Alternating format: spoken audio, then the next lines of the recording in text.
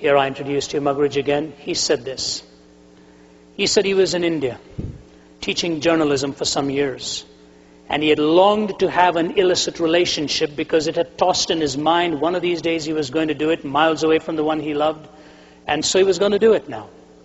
So he describes in his first volume of his 2-volume autobiography, the first one is called The Green Stick Chronicles of Wasted Years, quite a massive volume. He says he came out of his room early one morning. It was at sunrise. Nobody was awake in his hostel there. He came out of the building, went into the waters nearby of a river and started to have his swim. And in only Muggeridgean terms, because he's so graphic with the pen, imagination is just stirred as he writes. He says as he was enjoying his morning swim, he saw a woman in the distance, alone, taking her early morning bath. And Muggeridge said at this moment his heart moved in fanciful imagination and thought, this may be the moment. I will give her the money I have. I'm sure it'll be all right. She's a poor woman. I can buy her. And so he started to swim. But he says in his conscience there was a raging battle. Don't do it, Malcolm. Don't do it. But something else said, this is the moment. I have longed to cross this line. The stolen waters may be sweeter than I thought. And as he's swimming against the current of his conscience, he swims as hard as he can so that nothing will stop him.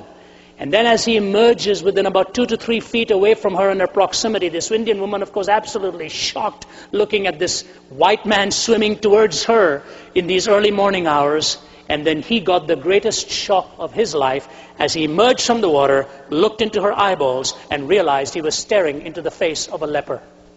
The eroded nostrils, the eroded digitals, all of the features almost looking like that of an animal, blotches of white over this brown skin.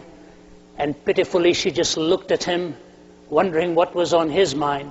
And Muggeridge says, for a moment I wanted to say, what a lecherous woman, until I recognized that I needed to look inside and see what a lecherous heart I have.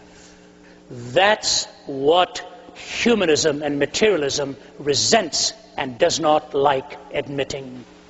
It doesn't recognize that even in good people, even in well-intentioned people, even a man who loves his wife and loves his family needs something stronger within him in order to resist the temptations that the world hurls at him.